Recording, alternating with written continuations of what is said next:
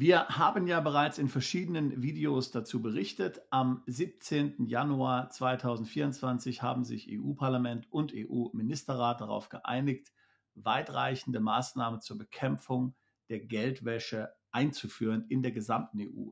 Dazu zählt zum Beispiel ein Bargeldverbot ab 10.000 Euro oder auch ein zentrales Vermögensregister. Eine weitere dritte wichtige Maßnahme dieses Paketes war die Schaffung der Superbehörde AMLA, die hier europaweit die Fäden in der Hand hält, wenn es um die Bekämpfung der Geldwäscherei geht. Bis vor kurzem war noch nicht klar, wo sich diese Behörde befindet.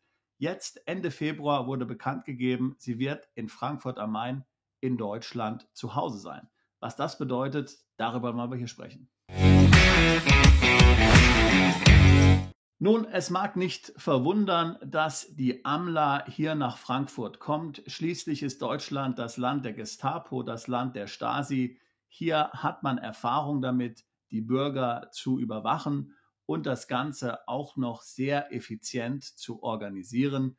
Kein Wunder also, dass sich die EU entschieden hat, diese Behörde in Deutschland anzusiedeln. Wir hatten ja schon in unserem letzten Video zur Rolle der AMLA gesprochen. Ich will das Ganze hier nochmal kurz zusammenfassen. Links zu den entsprechenden Gesetzestexten der EU posten wir hier in der Videobeschreibung nochmal. Die AMLA wird als dezentralisierte EU-Agentur konzipiert, die mit Aufsichts-, Überwachungs- und Beratungsaufgaben betraut wird, um die Wirksamkeit des EU-Rahmens für die Geldwäschebekämpfung zu verbessern. Die AMLA soll nicht die nationalen Aufsichtsbehörden ersetzen, kann aber hier die Kontrolle übernehmen, wenn sich herausstellt, dass die lokalen Behörden ihre Arbeit nicht gut genug machen. Außerdem ist die AMLA von vornherein für sogenannte Hochrisikounternehmen, bestimmte Banken zum Beispiel, die überall in der EU oder mindestens in 6 Ländern tätig sind, verantwortlich. Eine der wichtigsten Maßnahmen, die hier ergriffen werden seitens der EU für alle EU-Bürger, ist die EU-weite Vernetzung sehr vieler Datenquellen. Wir sprechen also hier über Kontodaten, Beteiligungen an Gesellschaften und Immobilien, Informationen zu Hypotheken, Sicherheiten, elektronischen Zahlungsverkehr, Staatsbürgerschaft und Melderegister, Sozialversicherungsregister, Waffenregister, Finanzdaten, Steuerdaten, Zolldaten, Datenbanken für grenzüberschreitendes Reisen, Kraftfahrzeug etc. und so weiter und so fort. Du kannst also sehen, dass hier der Bürger tatsächlich zum gläsernen Bürger wird. Natürlich, wie gesagt, es wird hier in allen EU-Staaten jeweils eine Ebene der Verantwortung geben. Die schon jetzt existierenden Behörden dazu werden hier weiterhin die Kontrolle haben. Aber über allem steht die AMLA. Wir gehen davon aus, dass diese EU-weit vernetzten Daten dann bei der AMLA in Frankfurt zusammenlaufen. Während also die nationalen Behörden nur Zugang haben zu ihren nationalen Daten, hat eben die AMLA tatsächlich dann Daten zu allen Bürgern in der EU und kann sich also hier ein komplettes Datenprofil zu dieser Person organisieren. Wo ist er hingereist? Für was hat er sein Geld ausgegeben? An was für Unternehmen ist er beteiligt? Hat er vielleicht eine Waffe sogar? Wie viel Steuern hat er bezahlt? Also eine wahnsinnig umfassende Dateneinsicht. Wir wissen ja auch heute schon, dass das Finanzamt zu vielerlei Daten direkten Zugriff hat. Also zum Beispiel zu deinen Kontodaten. Wenn du ein Konto in Deutschland hast, kann das Finanzamt ja direkt in das Konto hineinschauen. Jetzt kannst du dir also einen solchen Zugriff mal Faktor 10 vorstellen. Und das alles eben unter der Kontrolle, unter der Gesamtaufsicht dieser neuen Superbehörde, die in Frankfurt am Main ihren Sitz haben wird. Wir kommen tatsächlich in eine Sphäre hinein, die schon sehr mit der Stasi zu vergleichen ist. Nun, natürlich, die EU würde nun entgegensetzen, dass ja die DDR ein Unrechtsstaat war und insofern natürlich auch die Stasi eine unethische Organisation war.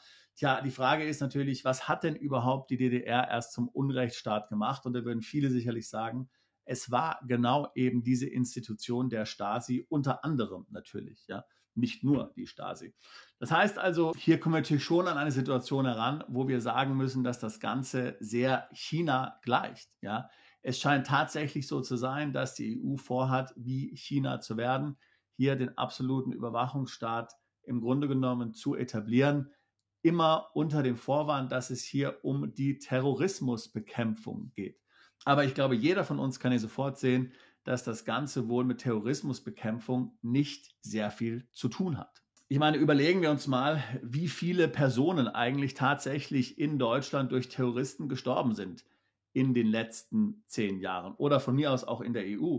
Natürlich, es gab immer wieder entsetzliche Anschläge. Man denkt auch nur an solche Fälle wie in Frankreich, wo Leute hier mit Messern ermordet wurden. Sicherlich auch in Deutschland gab es den einen oder anderen Anschlag. Aber das sind natürlich extrem wenige Personen. Laut der Webseite Statista gab es im Jahr 2021 gerade mal 2 Todesfälle durch Terrorismus. Es gab insgesamt in diesem Jahr, also im Jahr 2021, 15 terroristische Anschläge in der gesamten EU. Ja. Und dafür wollen wir eine solche Struktur hier etablieren, einen solchen Überwachungsapparat. Du kannst schon sehen, dass das Ganze hinten und vorne nicht stimmt. Ich kann mich gut daran erinnern, wie nach dem 11. September 2001, nach den Terroranschlägen in New York, die USA sehr strenge Maßnahmen hier eingeführt haben. Was weiß ich, dass man am Flughafen hier keine Getränke mehr mit durch die Security nehmen konnte und so weiter und so fort, dass die Kontoeröffnung in den USA schwierig wurde. Aber das ist ja alles hier tatsächlich im Vergleich zu diesen Maßnahmen Pillepalle. Da sind ja die amerikanischen Behörden geradezu Unschuldsengel, wenn wir hier anschauen, was die EU hier plant. Also wo ist da das gute Maß geblieben? Das sind ja absolut maßlose, überzogene Regelungen. Es gibt in der EU tatsächlich natürlich ein Risiko von terroristischen Anschlägen und davor muss man auch die Bevölkerung schützen. Aber kann die Konsequenz sein, dass die gesamte Bevölkerung überwacht wird durch eine Superbehörde in Frankfurt und ihre nationalen Dependancen? Nein, es wird ganz klar, dass die Politiker hier etwas anderes im Sinn haben. Hier geht es nicht um die Terrorismusbekämpfung, jedenfalls nicht nur. Darum geht es vielleicht ein bisschen, das wird ein bisschen so nach vorne geschoben. Aber der Grund wird natürlich sein, dass hier die Geldströme so genau überwacht werden können, dass ein Zugriff auf Vermögen jederzeit möglich wird, dass man nicht mehr das Land so ohne weiteres verlassen kann. Hier wird es darum gehen, EU-weit Vermögen belasten zu können, wenn man es als Staat für notwendig erachtet. Hier will man alles für vorbereiten. Hier will man Prozesse, Infrastruktur und die Daten gleich sozusagen auf Vorrat gespeichert haben, sodass man sozusagen hier auf Knopfdruck Steuern erheben und wahrscheinlich Vermögen belasten kann, wenn es mir als Staat eben gerade so passt, um zum Beispiel Umverteilungsmaßnahmen, Klimaschäden in Südeuropa oder was auch immer hier finanzieren zu wollen, wenn andere Finanzierungsquellen versiegen. Und damit dies besonders effizient umgesetzt wird, hat man hier diese Behörde in Deutschland platziert, denn da weiß man, wie gesagt, dass die Dinge am Ende funktionieren. Wobei, wenn man sich andere Großprojekte wie den Flughafen in Berlin oder vor Jahren und Jahrzehnten die Einführung der Lkw-Maut anschaut, dann weiß man, dass das auch in Deutschland nicht unbedingt gewährleistet ist. Hoffen wir also, dass die EU dabei mehr Glück hat oder vielleicht auch gerade nicht. Was bleibt mir zu sagen für dich? Was ist ein guter Tipp für dich? Nun, wie gesagt, wenn du dich von solchen Dingen hier fernhalten willst und dich vor solchen Maßnahmen schützen willst, was die EU hier bereits beschlossen hat, wir reden nicht von möglichen Plänen in der Zukunft. Es geht bereits um die Umsetzung. Die Entscheidung, die AMLA in Frankfurt anzusiedeln, ist schon Teil der Umsetzung. Da geht es nicht mehr um die Planung.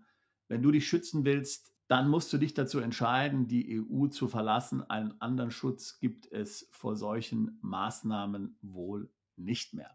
Und man muss ja ehrlich sein, das Ganze wird natürlich vor allen Dingen zunächst die Besserverdiener, die Vermögenden, die sogenannten Reichen betreffen, wobei reich jeder ist, der sich schon sein kleines Einfamilienhäuschen leisten kann. Das ist die Realität. Alles über 200.000 Euro wird hier im Vermögensregister erfasst werden. Es geht also nicht um die Elon Musks, die Quant-Familien und ähnliche Superreiche in dieser Welt, sondern es geht tatsächlich um all jene, die sich hier durch harte Arbeit und weises Voraussehen ein bisschen Vermögen geschaffen haben. Hier will der Staat nun seinen Finger draufhalten und zumindest ganz genau wissen, was da vorhanden ist, damit er bei Gelegenheit auf einen Knopf drückt, um dann entsprechend damit zu machen, was er für richtig hält.